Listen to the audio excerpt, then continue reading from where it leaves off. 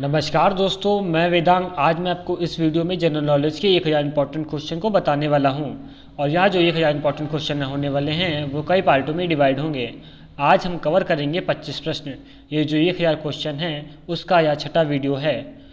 ये video SSC, लेखपाल, UPP आदि आगे आने वाली आगामी परीक्षाओं के लिए विशेष महत्वपूर्ण होगी।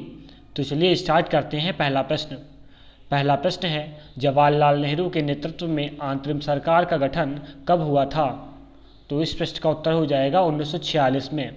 24 अगस्त 1946 को पंडित जवाहरलाल नेहरू के नेतृत्व में भारत की पहली अंतरिम सरकार की घोषणा की गई थी। इस अंतरिम सरकार में मुस्लिम लीग की भागीदारी नहीं थी। अब आपके लिए अगला प्रश्न है, गंधक के साथ रबड़ को गर्म करने की क्रिया क्या कहलाती है? तो इस प्रश्न का उत्तर होगा वल्कनीकरण कहलाती है। अब आपके लिए अगला प्रश्न है, गांधी जी ने साबरमती आश्रम की स्थापना कब किया था? तो इस प्रश्न का उत्तर हो जाएगा 1916 में। साबरमती आश्रम भारत के गुजरात राज्य के अहमदाबाद में स्थित है। 1916 में गांधी जी ने साबरमती के आश्रम की स्थापना यहाँ की थी। अब आपके लिए अगला प्रश्न, प्रसिद्ध गीत यहाँ पे अमर दोस्तों है, अमर यहाँ पे अमार हो जाएगा। अमार सोनार बांग्ला के लेखक हैं। तो अमार सोनार बांग्ला के लेखक रविंद्रनाथ ठाकुर जी हैं। स्वदेशी आंदोलन के अवसर पर ही रविंद्रनाथ टैगोर ने अपना प्रसिद्ध गीत अमार सोनार बांग्ला लिखा था। बाद में यह बांग्लादेश का राष्ट्रीय गीत बन गया। अब आपके लिए अगला प्रश्न, भारतीय सुधार समिति की स्थापना किसने किया था? तो इस प्रश्न का उत्तर होगा दादा भाई नौरोजी ने। 1887 में दादा भाई नौरोजी ने इंग्लैंड में भारतीय सुधार समिति की स्थापना किया था। अब अगला प्रश्न, 1857 की क्रांति में कानपुर से नेतृत्व कौन कर रहा था? तो इस प्रश्न का उत्तर होगा नाना साहब। 1857 की क्रांति में कानपुर से नाना साहब नेतृत्व कर रहे थे, जबकि कांग्रेस सरकार की तरफ से कैंपबेल नायक थे। कानपुर में यह विद्रोह 5 जून 1857 में शुरू हुआ था। आपके लिए अगला प्रश्न है, 1857 की क्रांति के समय भारत का गवर्नर जनरल कौन था? तो इस प्रश्न का उत्तर हो जाएगा लॉर्ड कैनिंग। 10 मई 1857 को मेरठ से इस क्रांति की शुरुआत हुई थी।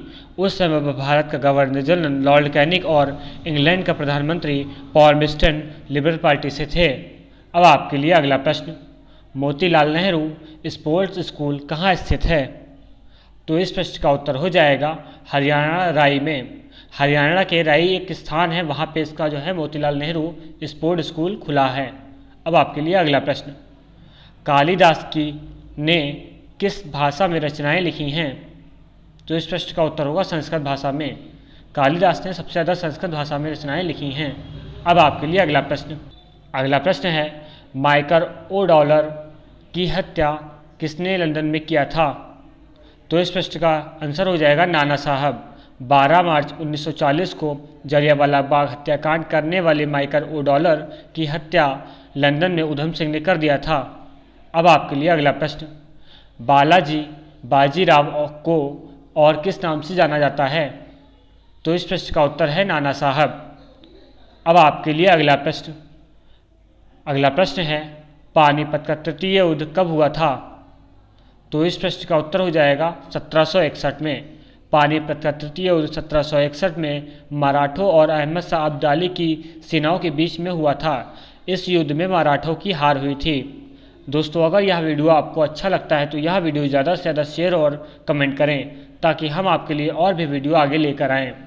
अब आपके लिए अगला प्रश्न है, भारत में प्रथम पुर्तगाली वायसराय कौन बनकर आया था?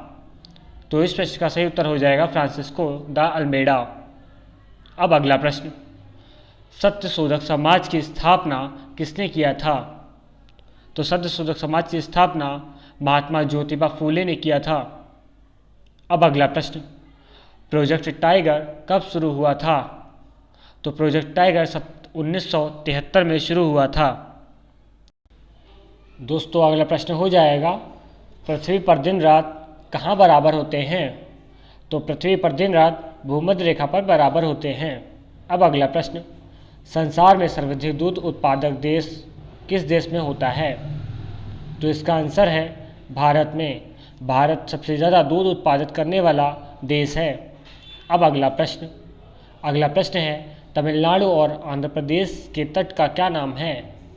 तमिलनाडु और आंध्र प्रदेश के तट को कोरोमंडल तट भी बोलते हैं। अब अगला प्रश्न, सरदार सरोवर परियोजना किस नदी पर बनाई गई थी?